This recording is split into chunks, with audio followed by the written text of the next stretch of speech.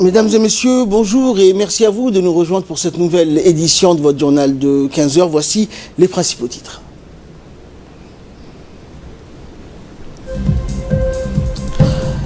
Les agents de la gendarmerie poursuivent leur lutte contre la contrebande et les stupéfiants. Les enquêteurs s'attaquent cette fois-ci à la délinquance. Et le Haut Commissariat aux réfugiés réclame une solution pour les 500 migrants en Méditerranée. Merci à vous de nous rejoindre et nous débutons cette édition par ce communiqué qui nous parvient de l'ambassade de Djibouti en Arabie Saoudite qui dit je cite, au nom des ambassadeurs des pays islamiques accrédités auprès du Royaume d'Arabie Saoudite, Diaddine Saïd Bamakhrama, ambassadeur de la République de Djibouti auprès du Royaume, également doyen du corps diplomatique accrédité auprès du Royaume d'Arabie Saoudite, a félicité le serviteur des deux saintes mosquées, le roi Salman bin Abdelaziz Al Saoud et son Altesse royale le prince Mohammed bin Salman bin Abdelaziz, prince héritier, vice-président du Conseil des ministres et ministre de la Défense, le prince Khalid Al-Faisal, conseiller auprès du serviteur des deux saintes mosquées et gouverneur de la région de la Mecque, qui est également président du comité central du Hajj, le prince Abdelaziz bin Saoud bin Naif bin Abdelaziz, ministre de l'Intérieur, également président du comité suprême du Hajj et le peuple saoudien sur le succès de la saison du Hajj de cette année. L'ambassadeur a exprimé la gratitude des chefs des missions diplomatiques islamiques aux dirigeants saoudiens et aux autorités liées au Hajj pour leurs efforts considérables qu'ils ont déployés afin de fournir aux pèlerins des grands services appropriés, transmettant les salutations et la reconnaissance des dirigeants des pays islamiques aux serviteurs des deux saintes mosquées, le prince héritier, au gouvernement et au peuple du Royaume d'Arabie Saoudite. Suite aux réunions du comité de pilotage sur la mise en place d'identifiants uniques et de registres national des personnes physiques dans les régions de l'intérieur, la maire de la ville de Djibouti, Fatouma Awali Ousmane, effectue dans la foulée une seconde tournée dans les régions de l'intérieur pour aussi y distribuer des livres. En effet, la maire de la ville et présidente de l'Association nationale des collectivités locales djiboutiennes a remis une dotation de 1500 livres au président du conseil régional d'Obok, Mohamed Hamad Ismail, également premier vice-président de l'association, et la cérémonie s'est déroulée dans la matinée du dimanche 4 août au siège du conseil régional d'Obok en présence des élus de la région. Ainsi, chaque collectivité locale bénéficiera d'une dotation égale de 1500 livres comprenant des livres de lecture pour enfants et adultes ainsi que des livres d'éducation, et cette distribution s'inscrit dans le cadre de la promotion de la lecture au profit des enfants des régions, car la lecture est fondamentale pour améliorer l'apprentissage. Elle est la compétence de base, le passage obligé pour accéder aux autres apprentissages et avancer dans le parcours scolaire. Et aussi les niveaux de nos étudiants, de nos collégiens, de nos écoliers à Obok. Donc à cet égard-là, je voudrais, en ma qualité de président du conseil régional et au nom de l'ensemble de la communauté des étudiants au Obok et des parents d'élèves, je voudrais donc tout simplement dire merci à Madame la maire de Djibouti et que donc ce genre de choses soit d'une manière continuelle, et je suis convaincu que, donc avec votre soutien, non seulement la ville de Djibouti, mais les régions aussi, à travers l'association que nous avons, vont également pouvoir bénéficier de ces apports de la diaspora djiboutienne qui sont étrangers. Également dans l'actualité, incendie au dépotoir de Douda. Un incendie s'est déclaré hier vers 14h45 dans la décharge publique située à Douda. La décharge ou le dépotoir est un lieu dans lequel on stocke des déchets par dépôt, donc généralement sur le sol. L'incendie a ravagé tous les déchets entreposés dans ces décharges, causant une fumée épaisse et polluant l'atmosphère des villages environnants. Une fumée toxique et qui constitue un risque majeur pour la population environnante. Le sous-préfet a alerté les sapeurs-pompiers qui se sont déplacés aussitôt sur les lieux. Le ministre de l'Intérieur, Moumin Ahmed Cheikh, ainsi que les membres du gouvernement, dont le ministre de l'Agriculture, se sont déplacés sur les lieux afin de constater de visu la situation. En effet, avec un vent violent de la soirée d'hier, le feu devenait de plus en plus difficile à maîtriser, menaçant de s'étendre hors de la décharge et risquant d'enflammer la forêt de prosopis environnante qui abonde la région.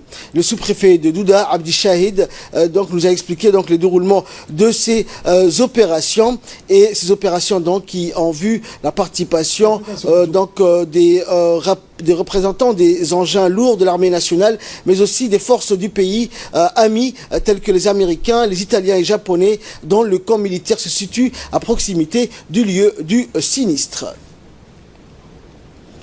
Et dans le dossier de cette édition, en cette grande période de chaleur, la plupart des Djiboutiens quittent le territoire national pour des cieux plus cléments. Alors certaines destinations sont plus prisées que d'autres. C'est un magazine de la rédaction et des images de Mohamed Chahem.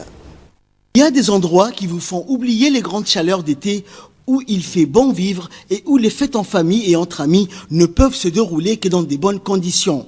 Il s'agit bien évidemment de l'un des endroits les plus prisés par les Djiboutiens pour les vacances de cette année. Nous parlons bien sûr de Borama.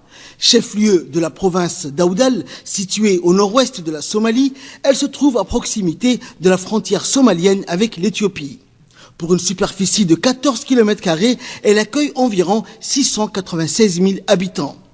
Et cette année, de nombreux Djiboutiens s'y sont rendus pour les vacances d'abord, mais pour également célébrer la grande fête de la Eid al-Adha. Un grand marché, un peuple très hospitalier, un climat très doux et une ambiance de fête. Voilà ce à quoi les Djiboutiens qui ont eu cette brillante idée d'aller passer les fêtes là-bas ont eu droit. Le climat dominant à Borama est connu comme un climat de steppe. Le mois le plus chaud de l'année est celui de juin, avec une température moyenne de 24 degrés Celsius. En janvier, la température moyenne est de 17 degrés. Il s'agit de la température moyenne la plus basse de l'année. Borama est situé dans une région montagneuse et vallonnée. Il a des prairies et des champs verts et représente un point central pour la faune. La fertilité et la verdure inhabituelle de la ville dans une campagne largement aride ont attiré de nombreux Djiboutiens que notre correspondant sur place, Mohamed Chahem, a eu l'occasion de rencontrer. مع العيال كي مال برفان من نيوان ادي ادو نكسنت عيال كان جوجيتان كده انت قبو قد حاجه عن كاي من ماشي ادي ادو عن تاي مقالده انه كنا قدونا خلاص فيشنا وانا ما دادي واخو سونانا waxaan joognaa Borama meesha sariir baan joognaa dad badan Djiboutiyan ku joognaa waan soo xagaa baxnay nimcad baan daawanaynaa alxamdulillah rabbil caalamiin vive le Borama vive les Djiboutiens vive tous yaan leenahay waxaan gaar ahaan salaamayaa reer Djibouti oo dadkayga waan xoog salaamayaa reer Borama ku daray waan salaamayaa assalaamu alaykum wa rahmatullahi wa barakatuh. Je m'appelle Safa, je suis en vacances au Borama, je joue avec mes amis, mon père, ils sont gentils, ils sont contents, moi je suis heureuse et j'aime ces vacances, je joue bien, je m'amuse bien, je vois les tortues, les chiens et tous les animaux. Et bonne fête à tout le monde. شنقع اليوم جبوتيك نميتي حاجة صوماليا نميتي بورا مننا نمي تحكانا هاي تمكن وما نقوم دقرانا حول كدتني روبوي حويام يبليني علوي يبليني لقاد يبليني تختي يبليني جبوتي العبلو أنا مكمانقون يبليني مسيك حكين هدفك انت على اللي بارو أدلك دقرتانا تحكانا هاي نعمتا روبو واحاي حنا إنكي كهنا نمي الحمد لله عيد وقت دنا نعرف دنا وقتي دي سلامة عروبا جبوتي مرايكي نلي عروبا. Et dans le second dossier de cette édition, nous allons voir également que certaines activités génératrices de revenus sont également plus prisées par rapport à d'autres. Ici, nous allons parler de la pêche et de son impact sur les habitants de la ville d'Obok. Regardez.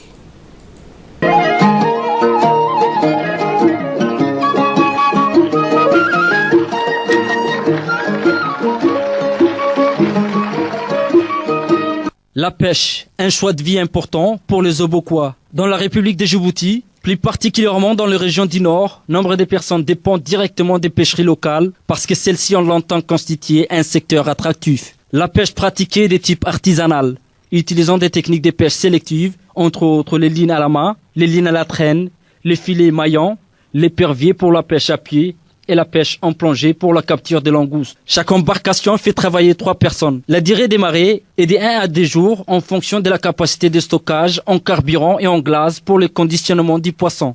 Les autres unités de pêche sont constituées par des bateaux en fibre de verre de 9 à 12 mètres de longue, équipés de moteurs de 60 CV, sur lesquels opèrent 5 hommes qui effectuent des marées de 3 à 4 jours. La majorité de ces embarcations se trouvaient stationnées au centre de la coopérative des pêches d'Obok. Bien que la pêche soit un secteur attractif, mais qui reste un métier éprouvant, les pêcheurs sont exposés au soleil et souvent ils font la pêche durant la nuit. Force est de reconnaître que des pêcheries locaux font face à de nombreux défis, dont la surpêche et la pêche illégale. Ici, les habitants de la région d'Obok, vivant traditionnellement de cette activité, se sont ainsi enfoncés dans la pauvreté à cause de la surpêche et la pêche illégale, et nombre de personnes se retrouvent avec moins de 1000 francs par jour pour survivre. Le vice-président de la coopérative des pêches d'Obok, M. Kamil Ali, nous explique l'aspect dévorant de ces métiers, surtout pendant l'hiver, et les situations des pêcheurs à Obok en général. Pêcher nécessite du matériel en bon état. Matériel de pêche, de stockage, glace, électricité, embarcation, carburant. Entretenir une embarcation de pêche demande des corps des métiers spécialisés, des menuisiers, des mécaniciens. À Djibouti, il n'existe aucun poste pour la maintenance ou l'entretien des bateaux. Quant à l'entretien des moteurs ou les besoins des pièces détachées, les pêcheurs djiboutiens devaient se rendre au Yémen. Depuis le rebond des tensions yéménites en 2014, cette option n'est plus possible. Pour les Obokois, les poissons représentent à la fois un moyen de se nourrir et de gagner sa vie,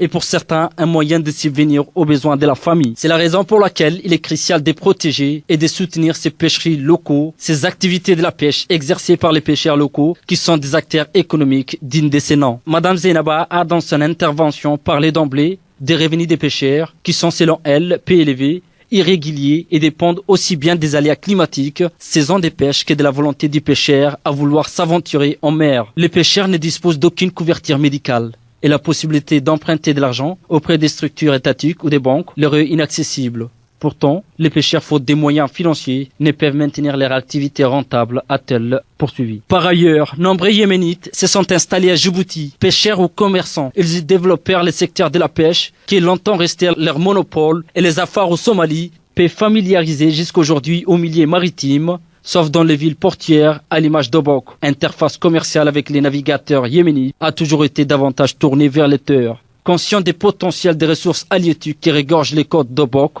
les habitants de la région d'Obok se sont tous lancés à apprendre comment pêcher pour finalement faire de la pêche une vision, une stratégie et un choix de vie pour se nourrir et subvenir aux besoins de la famille. Monsieur Ibrahim Ali, le président de la coopérative de la pêche d'Obok, n'a pas manqué de pointer du doigt d'immenses vaisseaux des investisseurs étrangers qui ont ainsi été repérés en train de piller les eaux des côtes de Djibouti. Les marins de ces bateaux, recherchés par Interpol, tentèrent de trouver refuge sur la côte. Mais la plupart du temps, ces malfaiteurs pillaient nos eaux des côtes, a-t-il poursuivi. Nos cris et doléances ont été entendus et pris en considération par les autorités compétentes parce que les investisseurs étrangers ne sont plus à l'ère actuelle où je vous parle. Dans le contexte de la stratégie de réduction de la pauvreté, le secteur de la pêche a été identifié comme un segment de l'activité économique pouvant contribuer à la croissance économique du pays, à la réduction de la pauvreté tant en milieu urbain que rural et à la sécurité alimentaire par la satisfaction des besoins en protéines animales.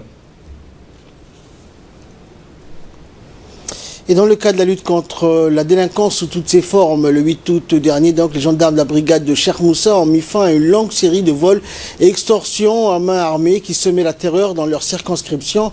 En effet, depuis quelque temps, les plaintes de vol de motocyclettes et les extorsions au couteau ne cessaient donc d'affluer à la brigade de Cheikh Moussa. Les victimes relataient toujours le même procédé de la part des bandits. Ils agissaient en bande, tous munis d'armes blanches, et ils dépossédaient les victimes de leurs biens, notamment des téléphones portables ou tout autre objet de valeur. Les autres cibles de prédilection de ces bandits étaient des motocyclettes, lesquelles sont non seulement faciles à dérober, mais aussi à écouler sur le marché noir en l'état ou en pièces détachées.